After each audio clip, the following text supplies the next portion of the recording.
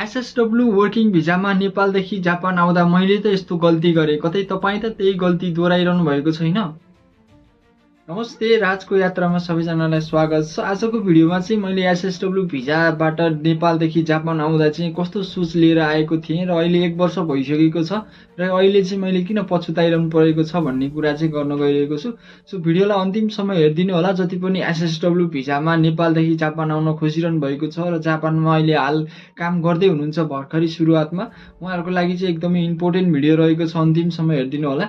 So अब Japan आउँदाखेरि चाहिँ भाषाको कुरा गरौँ। भाषामा चाहिँ अब नेपालबाट अलिअलि पढियो, भाषालाई लाइटली लिइन्छ होइन।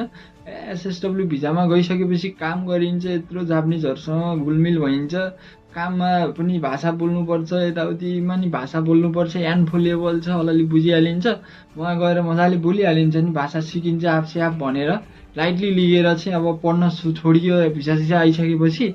सो त्यो भइसकेपछि चाहिँ जापानिज भाषा पढ्न मन लाग्न नेपालदेखि नै छोड्दै अब यहाँ काम सुरु भइसक्यो जापान आएर सुरुमा। त्यसपछि त झन् काममा गयो, भाषा पढ्नै मन नलाग्ने होइन। त्यो भएपछि चाहिँ जापानिज भाषा पढ्न छोड्दै गइसकेपछि अब भाषाहरूले बोल्दाखेरि पनि एकदमै गाह्रो हुने, आफूलाई बुझ्नलाई, आफूले रिप्लाई दिनलाई पनि एकदमै गाह्रो हुने। त्यो भएको कारणले चाहिँ अब भाषाले चाहिँ अलिकति दुःख दिँदै जान्छ होइन। सो अब भाषालाई चाहिँ नेपालदेखि नै पढ्न चाहिँ नछोड्नु होला।